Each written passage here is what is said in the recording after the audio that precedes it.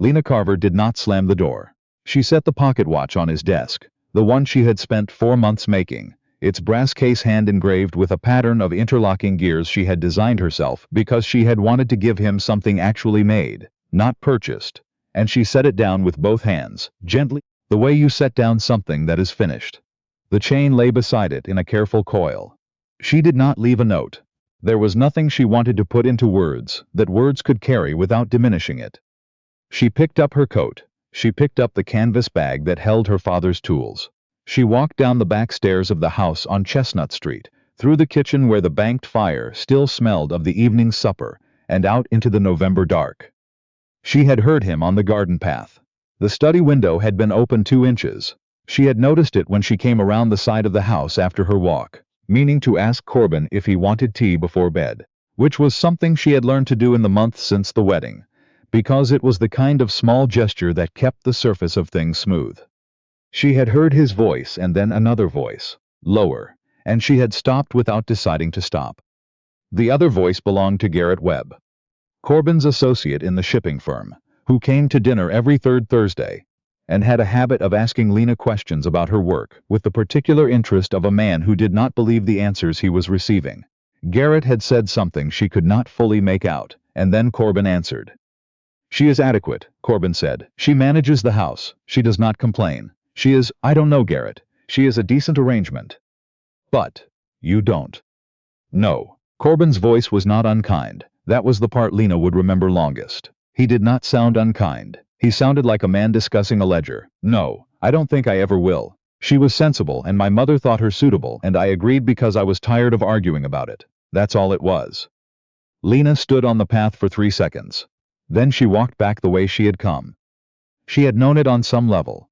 She had known it the same way you know a clock is losing time before you have sat down to measure it precisely. Something in the rhythm, something that doesn't quite add up. Corbin was courteous. He was not cold.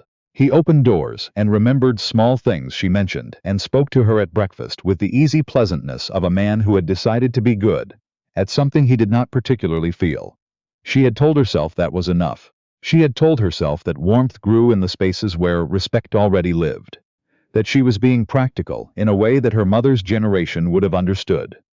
She was 28 years old. She had watched her father build clocks and watches and spectacle lenses for 30 years in a shop on Locust Street, and she had learned from him that precision was a form of love. The right gear in the right place, the right distance between lens and eye. Things fit, or they did not. She had spent 6 months trying to fit herself into the Marlowe house on Chestnut Street, and she had not, and she had known it, and she had stayed because the alternative had frightened her. She was not frightened now. That was the strange thing.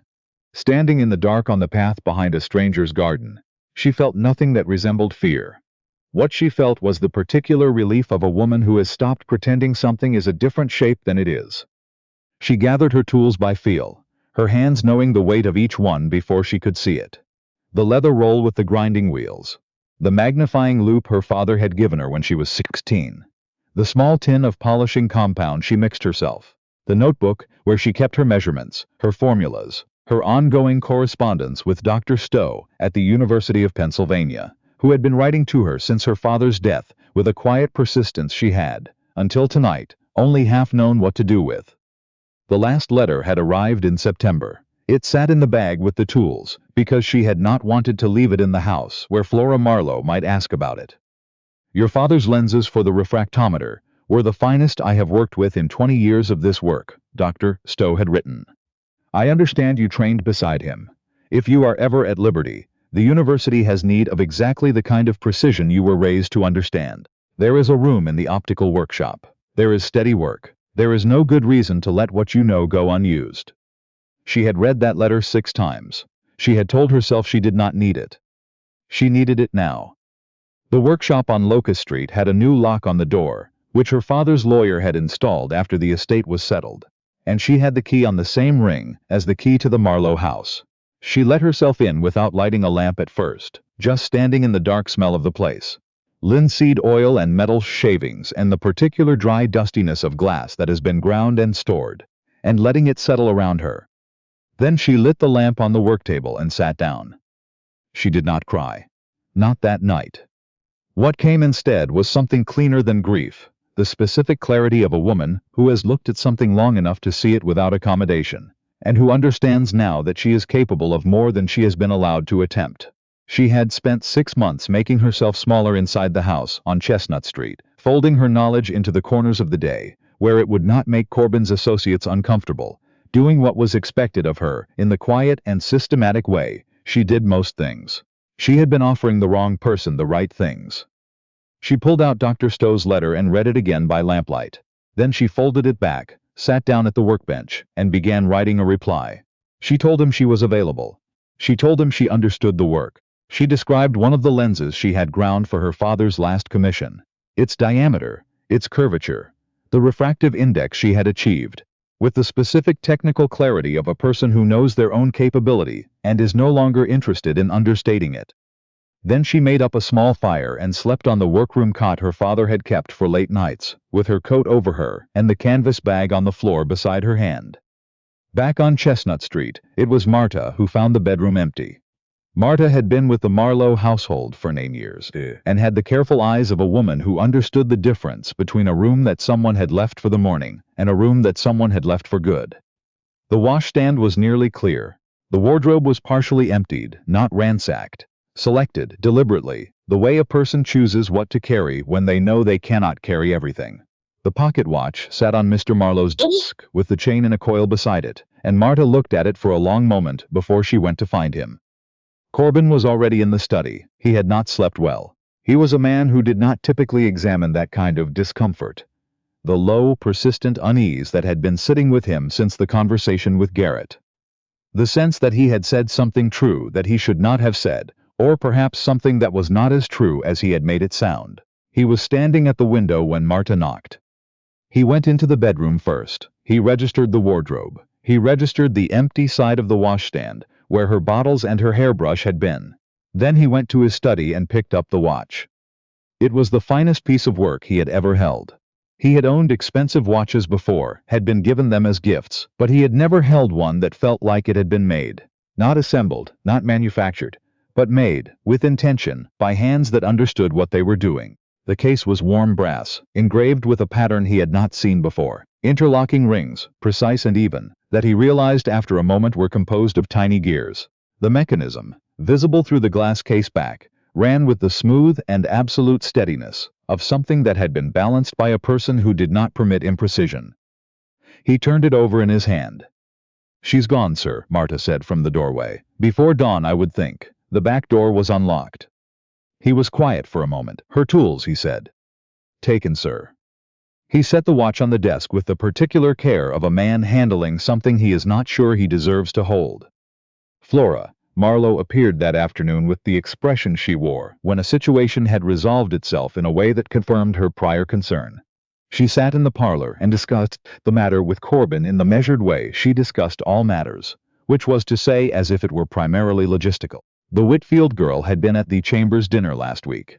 21, well-connected, her father a commissioner. Corbin said, "I am not discussing this, Mother." Flora looked at him. She left. She made her choice. She made her choice based on a conversation she was not meant to hear, he said. A silence settled between them.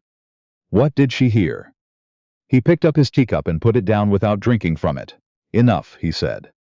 He did not look for Lena that week. He told himself that was because she had made her position plain, and he was not the kind of man who imposed himself on a woman's decision.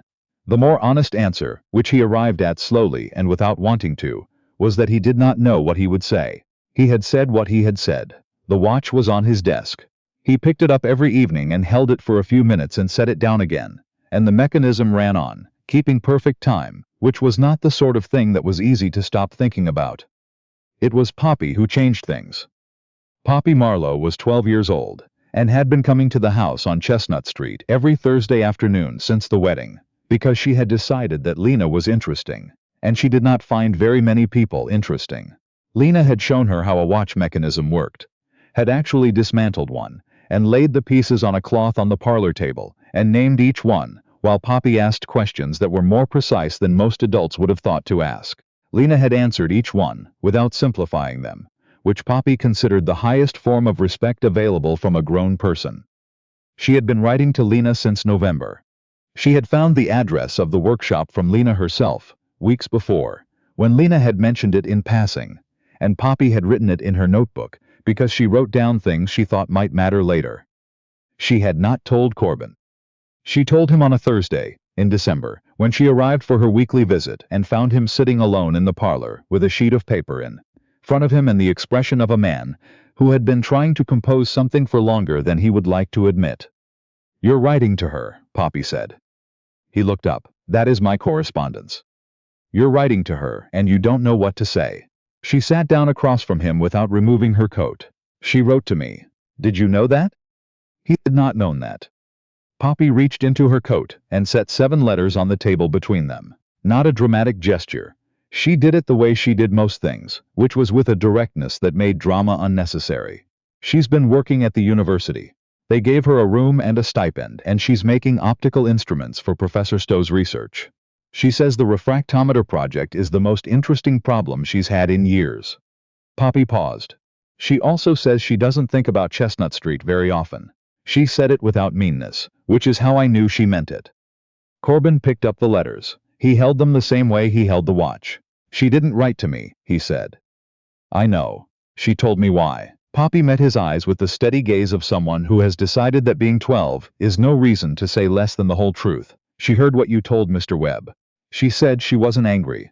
She said she was just done pretending it was a different shape than it was." The room was quiet for a long time. "I'm going to write to her," Corbin said. "You should," Poppy said, "but I want you to understand something first." She leaned forward slightly. "She doesn't need you to. She's fine. She's more than fine. You should read these. She sounds like herself in these letters in a way she didn't always sound on Chestnut Street." A pause. "I'm not saying that to make you feel bad. I'm saying it because if you write to her, it has to be because it's true, not because you feel guilty. She'll know the difference." Corbin looked at his sister for a long moment. "When did you get so direct?" "I've always been direct," Poppy said. "You just weren't listening." He wrote 4 drafts over 2 days, and sent the 5th because it was the most honest, and he had stopped waiting to feel ready. He told her that he had heard himself through Garrett's telling, and had not liked what he heard. He told her he had been wrong, not cruel, he knew, but wrong in the quieter way that cost people just as much. He told her he was not writing to ask her to come back. He was writing because Poppy had shared one sentence from one of her letters and he had been unable to stop thinking about it. "I was done pretending it was a different shape than it was." He told her he thought that might be the most honest description of what he had been doing for 6 months as well, and that he owed her an acknowledgement of it. The letter arrived at the university workshop on a Tuesday morning while Lena was in the middle of grinding a lens for the refractometer. Dr. Stowe brought it in with the Morning Post and set it on the edge of her bench without comment, and she left it there for an hour before she stopped and picked it up. She read it standing up, her hands still faintly dusty from the polishing compound. It was not long. It was not eloquent. It moved in the irregular way of writing that has been attempted and abandoned several times. She could feel the places where he had stopped and started again, the sentences that began carefully and then gave up on carefulness about halfway through. But it was honest. She recognized honesty by the way it moved, and this moved honestly. She put it in the drawer with Poppy's letters. She went back to the lens. That evening, after Dr. Stowe had gone, she sat at the workbench and wrote back. She told him she was well. She told him the refractometer project was complicated in ways she had not anticipated, and was therefore exactly what she needed. She told him she did not blame him entirely for what had happened, that she had walked into the arrangement knowing it was an arrangement, and had told herself it would be enough, and that was her own doing as much as his. She did not tell him she had read his letter 3 times. She sealed the reply and left it with the outgoing post, and sat for a while afterward looking at the lamp. They wrote through December and into January. Not often, sometimes 10 days between letters, but consistently. Something in the register shifted after the first few, in the same way that rooms change when you stop managing how you look in them. He wrote about the shipping firm and a dispute he could not resolve by the methods he usually relied on, and asked how she would approach it, and she told him, and he tried it, and wrote back that it had worked. She wrote about a piece of the refractometer that refused to hold its calibration and the solution she eventually found, and he asked 3 follow-up questions that were more precise than she had expected. She noticed that. She began to see him differently in the letters than she had in the house on Chestnut Street. Not better necessarily, but more complete. Poppy arrived at the workshop on a Wednesday afternoon in February without warning. She appeared in the doorway of the grinding room, with her coat buttoned wrong, and her satchel over one shoulder, and the expression of a person who has been planning something for long enough that the execution feels obvious. Lena put down the grinding wheel. "Your brother knows you're here?" she said. "He does now," Poppy said. "I left a note." A pause. "Come in then," Lena said, "and button your coat correctly. It's cold." Poppy came in and sat on the stool beside the bench and looked at the refractometer components spread out on the cloth with the focused interest she brought to everything mechanical. "Is this the one you wrote about? The calibration problem?" "It was," Lena said. "I fixed it last week." "Can I see how?" So Lena showed her. She had not meant to spend 2 hours at it, but that was what happened when you showed Poppy anything. She asked the questions that went underneath the surface, and then underneath that, and eventually you had explained more than you had planned to, because the questions were genuinely good ones, and it would have felt dishonest to stop before the real answer. Corbin arrived at 4:30. Lena heard the knock at the front of the workshop and went to open it, and for a moment neither of them said anything. He was still in his overcoat from wherever he had been when Poppy's note reached him, and he was looking at Lena with the expression of a man who has been carrying on a correspondence with someone for 2 months and has just discovered that the person is different in person than on paper. Not worse, not better, just fuller. "She's safe," Lena said. "I could hear her through the window." He glanced past Lena into the workshop. "She is asking about refraction angles." "She's been asking about refraction angles for an hour and a half." A pause. He looked at Lena. "Come in," she said. "There's a chair in the front room." He came in. He sat in the chair in the front room, while Poppy continued her interrogation in the grinding room, and Lena made tea on the small stove and brought him a cup, and they were quiet for a little while with the sounds of Poppy's questions drifting through the wall. "She's going to become a scientist," Corbin said. "She already is one," Lena said. "She just needs the credentials." He wrapped both hands around the cup. He looked at the workshop, at the shelves lined with lens blanks and polishing compounds, and the small framed diagram of the eye that her father had put up 40 years ago, at the organized evidence of a working life built methodically. "You look like yourself here," he said. Lena looked at him. "I mean it exactly as it sounds," he said. "At Chestnut Street you looked like a person who was managing something. Here you look like a person who is doing something." She was quiet for a moment. "I spent 6 months trying to make it work," she said. "I want you to know that. I wasn't careless about it." "I know." He set down the cup. "I wasn't careless either. I was something worse. I was convenient. I let it be convenient and didn't ask the questions I should have asked before any of it started." He paused. "I am asking them now. I understand that is late." "It is late," she agreed. "I'm not saying that to make it harder. I'm saying it because I think you understand, and I have learned that clarity saves a great deal of time." "Yes." He met her gaze steadily. "What would not be late then? What would be right now?" She considered it. "Evidence," she said. "I work in evidence. I do not make judgments on insufficient evidence." "What would constitute?" "Time," she said. "Demonstrated behavior over time, not promises." He nodded slowly. "I'm not going to promise you anything I cannot back with action. I've learned that much, at least." She looked at him for a long moment. "All right," she said. Flora Marlowe took longer. She was a precise woman, and precise women do not revise their positions quickly. She revised hers over the course of March and April, which was Corbin's doing. He told her plainly, in the sitting room, that Lena had not left because she was difficult or unsuitable. He told her what Lena had heard. He said it without accusation, which was harder than saying it with accusation would have been. And Flora sat with it for several weeks. She came to the workshop in April. She did not ask permission. She knocked on a Thursday morning when she knew Lena would be there, and Lena opened the door and stepped back to let her in. They spoke for over an hour. Lena did not tell Corbin exactly what was said. She told him only that his mother had said something true to her, and she had said something true back, and that they had both decided to begin from what they had agreed on rather than from what had divided them. He did not press for details. He understood that some conversations were not his to enter. The university exhibition was held in May. A showing of research instruments and scientific work, attended by the city's professionals, and a number of people who came largely to be seen attending it. Dr. Stowe displayed the refractometer. He displayed Lena's lenses. He read her name aloud when he described the optical work, clearly and without qualification, at a point in the evening when the room was paying attention, and the room received it in the particular way rooms receive information that revises an assumption they didn't know they were making. Corbin was there. He had been invited by Dr. Stowe, whom he had written to in February, not to arrange anything, simply to ask about the nature of the work and what it required. Dr. Stowe had written back with the directness of a man who had known many people and stopped wasting words on the ones he did not respect. When Dr. Stowe said Lena's name, Corbin did not look at her. He looked at the room. He watched the small adjustments, the slight shift in posture, the redirected glances, the quiet recalibration of exactly who in the room was worth paying attention to. He watched people revise their understanding live, in the space of a few seconds. He found her afterward near the instrument table, talking to a woman from the university who was asking about the grinding process. He waited.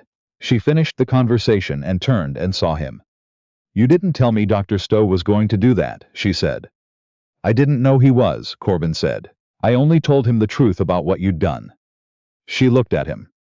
"I told him you had solved the calibration problem he'd been working around for 3 years," Corbin said, "and that you had done it while managing about 12 other things at the same time, and that in my opinion it deserved to be said in public." He agreed. He paused. "I'm not doing it to earn something. I'm doing it because it's true and should have been said long before now." She was quiet for a moment. "Then the work stays mine, the workshop, the university position, the decisions about what I take on, all of it mine." "Without condition," he said. "And I am going to need more time. This is not a resolution tonight. This is a beginning of something I have not yet decided is safe." "I understand." He met her eyes. "I am not asking you to decide anything tonight. I'm asking only whether I may continue corresponding, being honest with you, taking direction from what you tell me rather than from what would be convenient. That is all I'm asking." She looked at the exhibition room around them. The instruments in their cases, the careful work of careful people displayed under good light, the ordinary business of an evening that different people there would remember differently. "Yes," she said, not warmly, not with more than it was, just precisely, which was how she said every true thing. "Yes, you may." He did not fill the silence that followed. He had learned, at significant cost, that not filling a silence was its own form of respect, the kind that gave a person room to be exactly what they were, without having to manage around someone else's relief. Poppy found them 10 minutes later, with a pamphlet about spectral analysis in one hand, and the expression of a person whose evening had considerably exceeded expectations. She looked at Lena, and then at Corbin, and then back at Lena, and did not ask anything aloud, which was itself a form of asking and receiving an answer. "I'll walk out with you," Lena said to her. "Good," Poppy said. "I want to ask you about the diffraction grating." They walked out together into the May evening, and Corbin followed a few steps behind, and none of them said anything particular for a while, which was exactly right. Some beginnings do not announce themselves. They simply start, quietly, in the spaces between words, in the specific quality of a walk taken by people who have stopped pretending they do not want to be walking in the same direction. The workshop on Locust Street was there when she needed it. And it was hers, and the lens she had ground that morning was sitting in its case on the bench, curved precisely to the measurement she had worked out over months of calculation and correction, and starting again. It would be exactly right when Dr. Stowe tested it in the morning. She knew that the way she knew most things about her own work, not from confidence alone, but from attention, from the particular steadiness of hands that had learned that precision was not a destination. It was a practice, and the practice did not end.